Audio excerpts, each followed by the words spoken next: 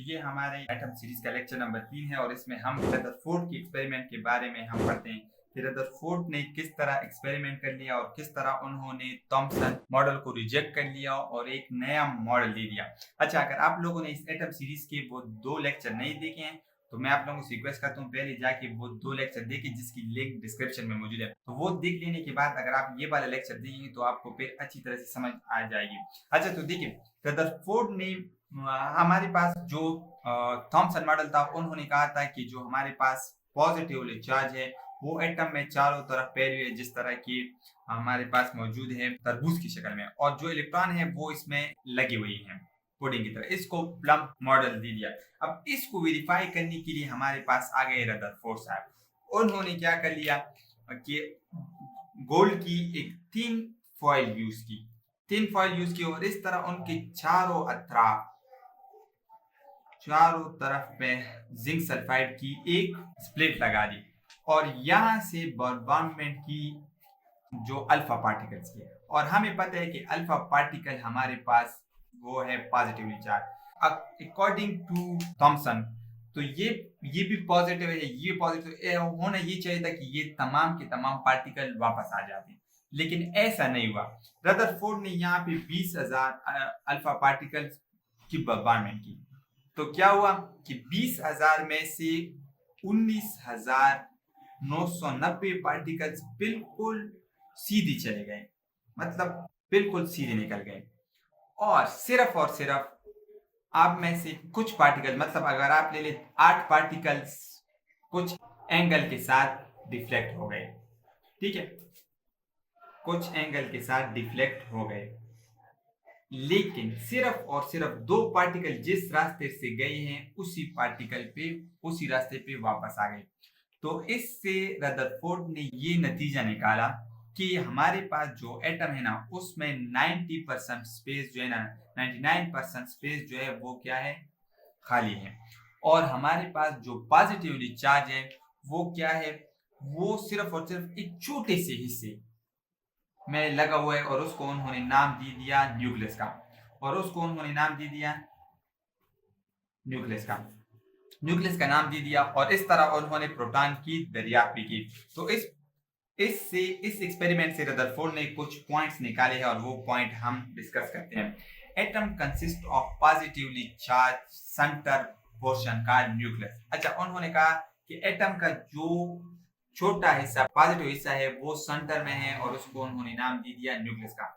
और दूसरा जो है ना, electrons are revolving around the nucleus with very high speed just like the planets around the sun. दूसरी बात उन्होंने ये कही कि हमारे पास जो इलेक्ट्रॉन जो है ना वो न्यूक्लियस के गिर्द चक्कर लगाते हैं बहुत तेजी के साथ, जिस तरह हमारे पास जो सन के गिर्द बाकी प्लैनेट्स लगाते हैं।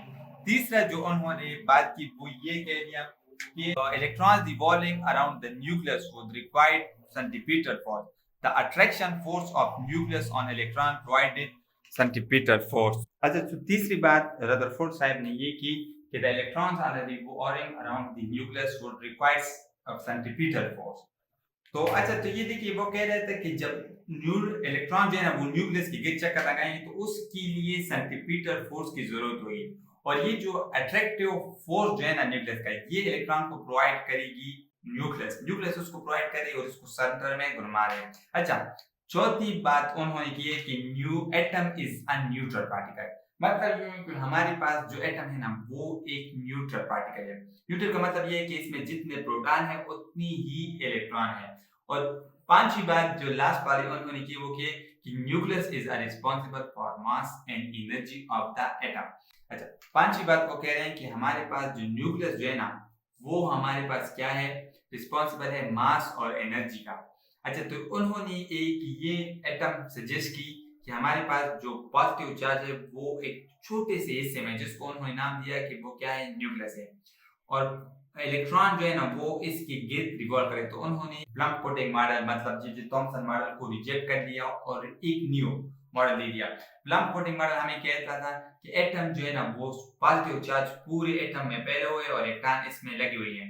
तो इसको प्रूव करने के लिए रदरफोर्ड साहब ने एक्सपेरिमेंट की और उन्होंने कहा कि नहीं, आप थॉमसन साहब आप गलत कह रहे हैं, एटम जो है ना वो पॉजिटिव चार्ज एक छोटे से हिस्से सेंटर में है और इलेक्ट्रॉन इसकी गिर्द रिवॉल्व कर रहे हैं। तो ये एक न्यू मॉडल हमारे पास आ गया 1911 में। अच्छा, अब इस मॉडल के कुछ ड्रॉबैक्स थे और वो ड्रॉबैक्स हम पढ़ते हैं कि इसके क्या ड्रॉबैक्स थे। मतलब कुछ इस तरह के क्वेश्चन बन गए जिसके आंसर रदरफोर्ड के मॉडल ने हमें नहीं दिए। सबसे पहले जो था वो ये था कि Rutherford atomic model is based on the laws of motion in gravitation. पहला मॉडल ये था कि रदरफोर्ड का जो एटॉमिक मॉडल था वो laws of motion in gravitation के बेस पे था, which are applicable to the neutral bodies and not on the charged bodies। अब हमें पता है कि वो जो है ना, ये दो लॉज हमारे पास न्यूट्रल बॉडी पे अमल करते हैं, चार्ज बॉडीज पे अमल नहीं करते। तो अगर आप देख ले तो हमारे पास इलेक्ट्रॉन जो है ना वो चार्ज बॉडीज हैं, तो इस पे ये अमल नहीं कर सकते, एक्ट नहीं कर सकते। दूसरी, according to the Maxwell theory, electrons are charged bodies around the nucleus and should emit energy continuously। The electrons fall in the nucleus। अच्छा, दूसरा कह रहे हैं ना, अगर आप लोगों ने इलेक्ट्रिसिटी के बारे में पढ़ा है तो इलेक्ट्रिसिटी ईएमटी के बारे में मैक्सवेल जो थ्योरी है वो बहुत मोस्ट इंपॉर्टेंट थ्योरी है। आप ऐसा समझ सकते हैं कि आपकी इलेक्ट्रिसिटी मैक्सवेल थ्योरी के बगैर कंप्लीट नहीं है। तो उसके मुताबिक उन्होंने एक थ्योरी पेश की थी कि अगर इलेक्ट्रॉन मोशन कर रहे हैं तो वो जरूर एनर्जी इमिट करेंगे। जब एनर्जी इमिट करेंगे तो क्या होगा, इलेक्ट्रॉन जब एनर्जी इमिट करेंगे तो वो इस न्यूक्लियस में इस तरह जा रहे हैं, तो वो आहिस्ता आहिस्ता एनर्जी इमिट करेंगे और न्यूक्लियस की पावर उस पर ज्यादा होती जाएगी, तो वो न्यूक्लियस के करीब होते जाएंगे और वो क्या हो जाएगा, और एटम आपका क्या हो जाएगा, वो आपके न्यूक्लियस में गिर जाएंगे। गिरने के साथ आपका एटम तबाह हो जाएगा। और अगर इस तरह हुआ तो ना तो हमारा इस दुनिया में वजूद पॉसिबल है, ना कोई एटम इस दुनिया में रह पाएगा और सारी चीजें खत्म हो जाएगी। लेकिन हम देख रहे हैं कि डेली लाइफ में तो ऐसा तो हुआ नहीं। तो यहाँ पे इसको बयान करने का आंसर जो है ना वो रदरफोर्ड के पास नहीं था। तीसरा जो इसकी ड्रॉबैक्स थी वो ये थी कि if the electrons radiate energy continuously then continuous spectrum will be obtained but actually line spectrum obtained। आपको स्क्रीन पे एक पिक्चर दिखाई दे रही है जिसमें हम कह रहे हैं कि अगर ये कंटिन्यूअसली हमें एनर्जी रिलीज करे तो हमें कंटिन्यूअस स्पेक्ट्रम हासिल हो रहा, लेकिन जब हमने इसकी स्पेक्ट्रम देखी तो वो लाइन स्पेक्ट्रम थी।